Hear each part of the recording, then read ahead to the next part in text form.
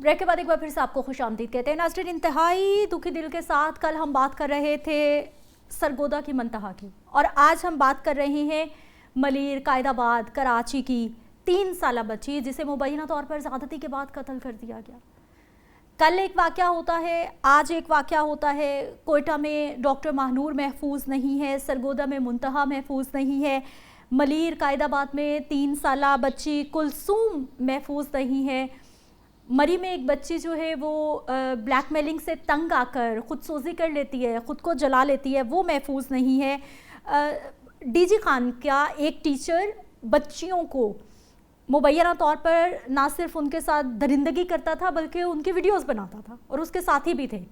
कल ही Lahore high court के Bahawalpur bench ने समाअत की है और उस टीचर की जो ज़मानत की दरख्वास्त थी उसको मुस्तरद कर दिया गया है कि अगर ये जेल से बाहर जाएगा तो फिर ये बाकी बच्चियों के लिए नुकसान का सबब बन जाएगा। स्कूल महफूज नहीं है।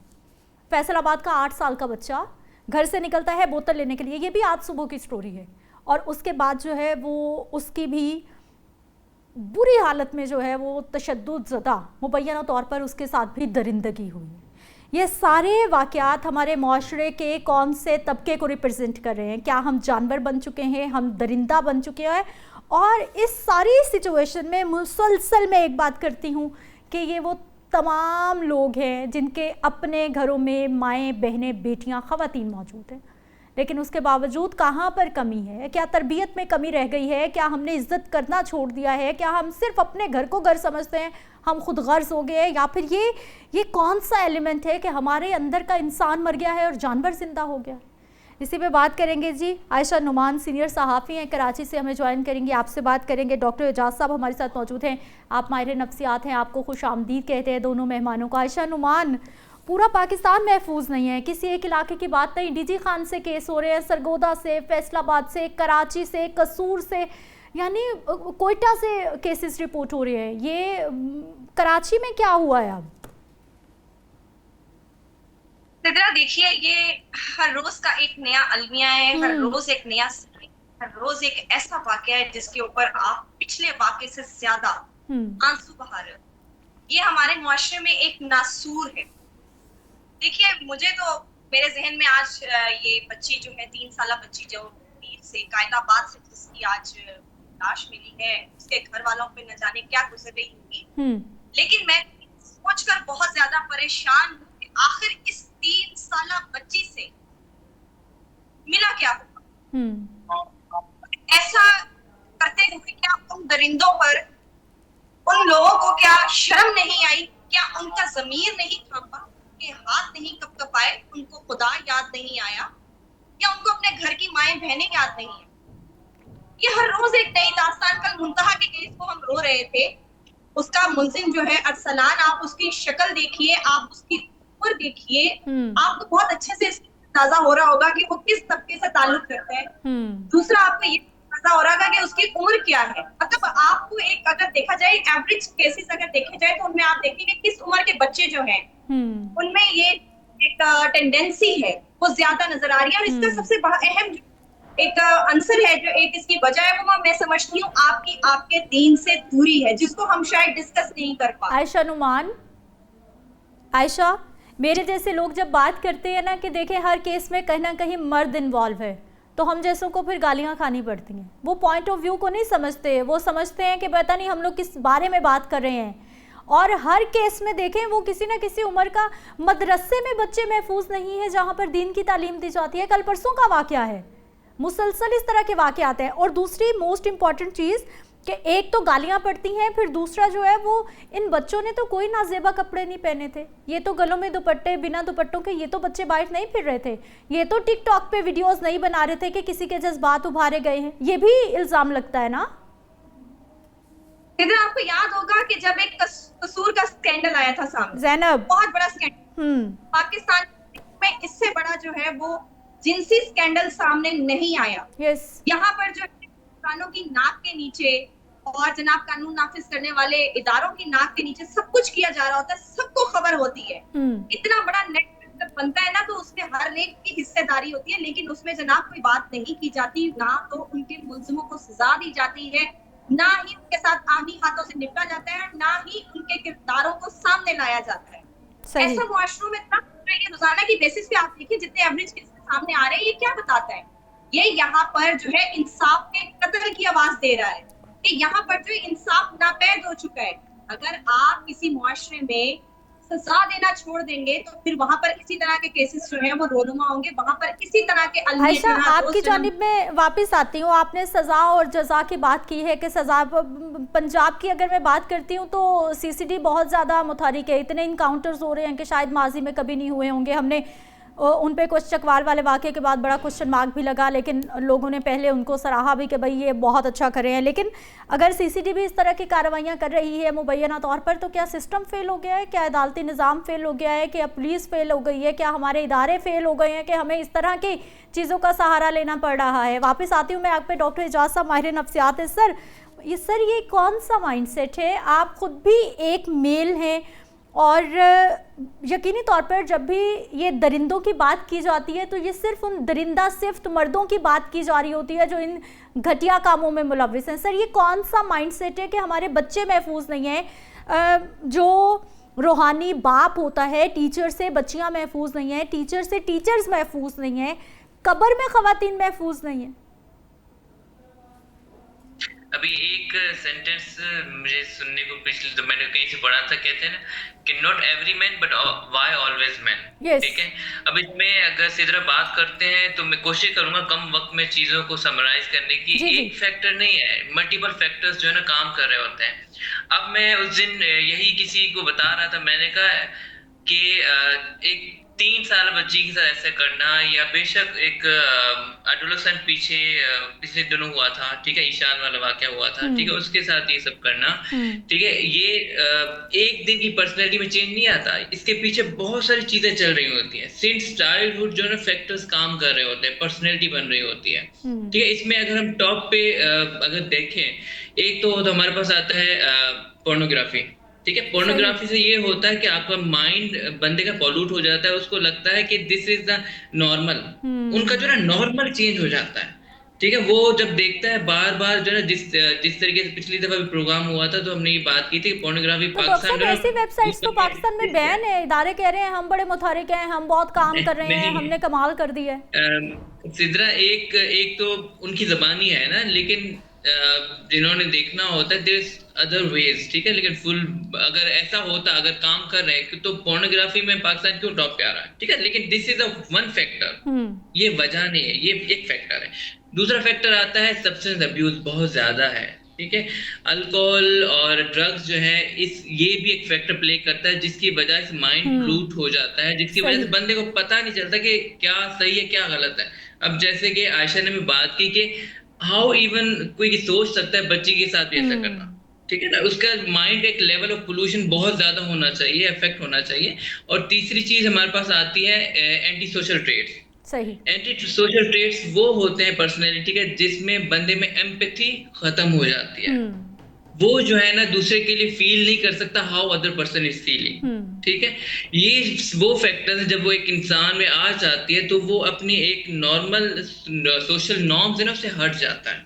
ठीक है, और काफी रिसर्चेस ये भी कहती हैं कि ऐसे जब काफी क्रिमिनल्स को पास्ट में, नॉट ऑलवेज, पास्ट में जब इनका साइकोलॉजिकल पोस्टमार्टम किया गया, देखा गया, तो काफी लोगों के पास में चाइल्डहुड ट्रॉमा, सेक्सुअल अब्यूज, ये सारी चीजें थी, जिसकी वजह से it leads to anti social traits and personality distortion या डिस्टॉर्टेड बिलीव्स। ठीक है, जिसकी वजह से चीजें खराब हो रही हैं। एक ये डॉक्टर एजाज साहब, आपने कोई ट्रॉमा की बात की है, या फिर इसका मतलब है कहीं ना कहीं हमारे घरों में हम लोग बच्चों की उस तरह से तरबियत ही नहीं कर पा रहे कि हमने उनको अच्छा बुरा सिखाना है? आयशा, आपकी तरफ मैं वापस आना चाहूँगी। एक तो मुझे ज़रा ये कहानी बताइए कि ये 3 साल जो कुलसूम है इसके साथ हुआ क्या था और किस तरह से ये वाकया पेश आया है?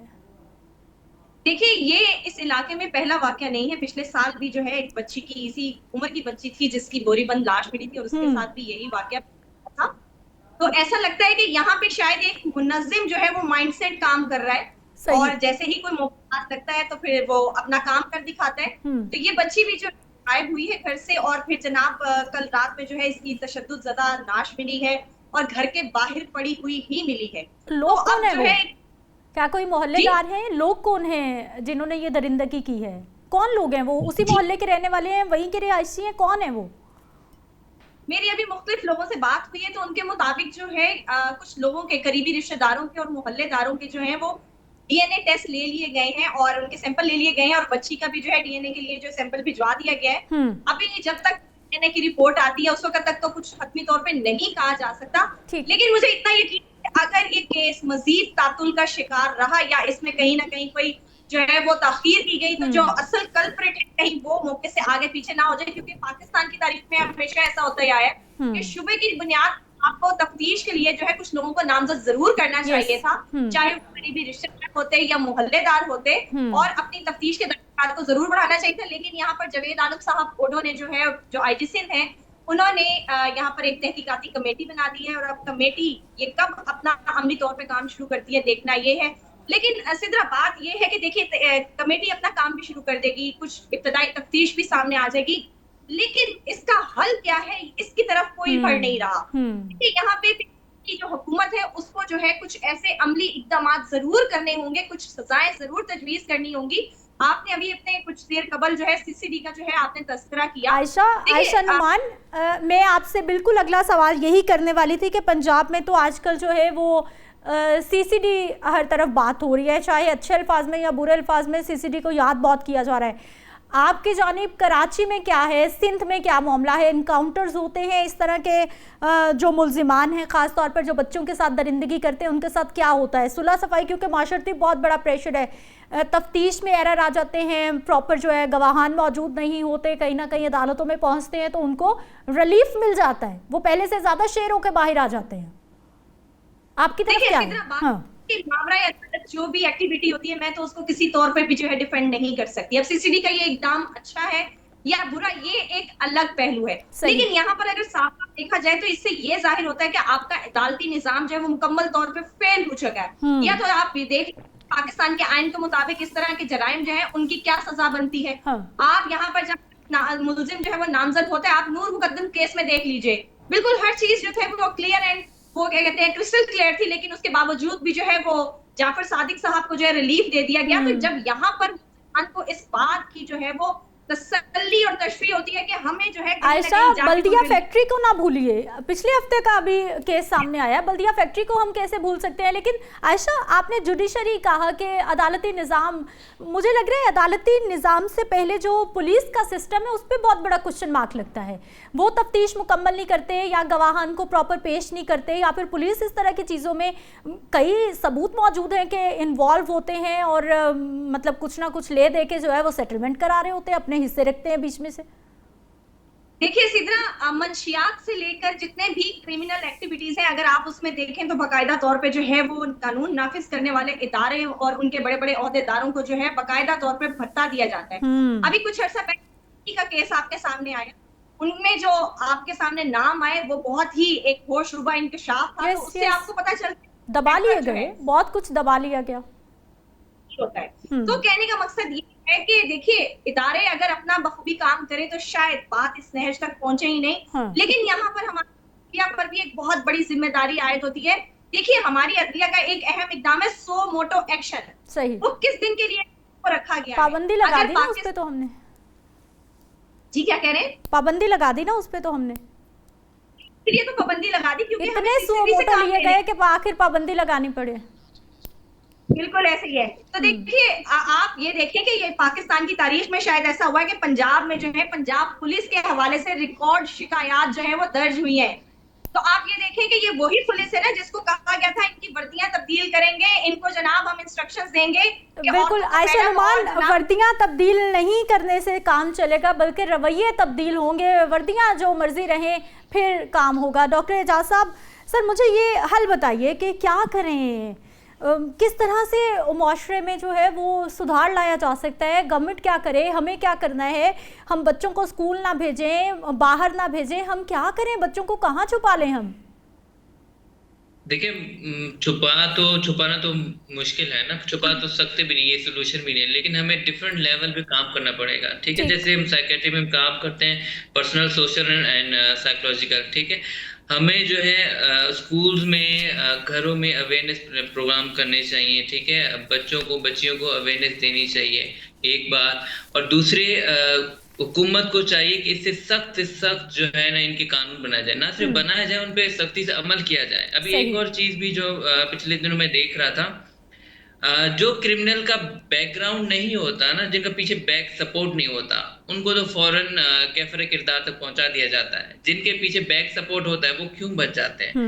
आपके लिए एग्जांपल सामने था, ठीक है, क्वेटा में जो डॉक्टर महानूर वाला वाकया हुआ था, विद इन 24 आवर्स उसको पकड़ के मार दिया गया, ठीक है। अब जो दूसरा वाकया हुआ है उससे कुछ दिन बाद ही, ठीक है, उसका जो है उसको कितना जो है ना टूल दिया जा रहा है, ठीक है, बिगाड़ लाया जा रहा है, ठीक है। तो कानून को हमें चाहिए कि सबके लिए इक्वल होना चाहिए, उसकी इम्प्लीमेंटेशन पे काम करना चाहिए। तो एक बात, और दूसरी बात जो है जो बहुत बड़ा प्रॉब्लम होता है कि मेडिको लीगल, उस पे हमें काम करना चाहिए। मेडिको लीगल भी हमारा सिद्रा बहुत वीक है, ठीक है। अगर बहुत अभी ये तो कुछ केसेस सामने आए हैं, काफी केसेस रेप के सामने भी नहीं आते, लोग जो है ना सामने नहीं आते, बताते नहीं, उनको पता है कि भाई ना मेडिकल प्रॉपर होगा, ना जो पुलिस ने इन्वेस्टिगेशन करना है, ठीक है, वो फिर जो आगे ही नहीं आते, जिसकी वजह से उन क्रिमिनल्स को शय मिल जाती है कि भाई कि कुछ होगा नहीं, ठीक है। उनका और क्रिमिनल माइंड एक स्ट्रांग बन जाता है कि उनको एक पावर, एक इंटाइटलमेंट बन जाती है कि we are suppose to do this and we are gonna get away from this easily, ठीक है, कि हमें कोई पूछेगा नहीं। ठीक है डॉक्टर एजाज साहब, प्रोग्राम का थोड़ा सा टाइम कम है, टॉपिक तो ऐसा है कि इस पे बहुत ज़्यादा बात होनी चाहिए, लेकिन मैं आपसे इजाज़त चाहूँगी। आयशा नुमान, आपका बहुत शुक्रिया, आप हमारे साथ मौजूद रही हैं, लेकिन बहुत बड़ा क्वेश्चन मार्क है हमारे सिस्टम पर, हमारे घरों पर, हमारी तरबियत पर। हम बच्चों को कहाँ, बच्चे मदरसे में महफूज नहीं है, स्कूल में महफूज नहीं है, वो घरों में महफूज नहीं है, वो गली मोहल्लों में महफूज नहीं है। ये इस्लाम के नाम पे बनने वाला मुल्क, आखिर यहाँ पे क्या कुछ हो रहा है? और स्पेशली जब दूसरी तरफ बात करते हैं कि ये चीज़ें इतनी क्यों बढ़ती जा रही हैं, सिस्टम फेलियर है, आप सजाएं नहीं दे रहे, आप तफ्तीश मुकम्मल नहीं करते, और ऊपर से जो मुल्जिम होता है आप सब उसी को बचाने की कोशिश कर रहे होते हैं, क्योंकि वो मर्द है, मेल डोमिनेंस सोसाइटी, मर्द जो मर्जी कर ले उसके बावजूद वो पाक साफ। ब्रेक पे जाएंगे, वापस आएंगे, उसके बाद मज़ीद टॉपिक्स पे बात करेंगे।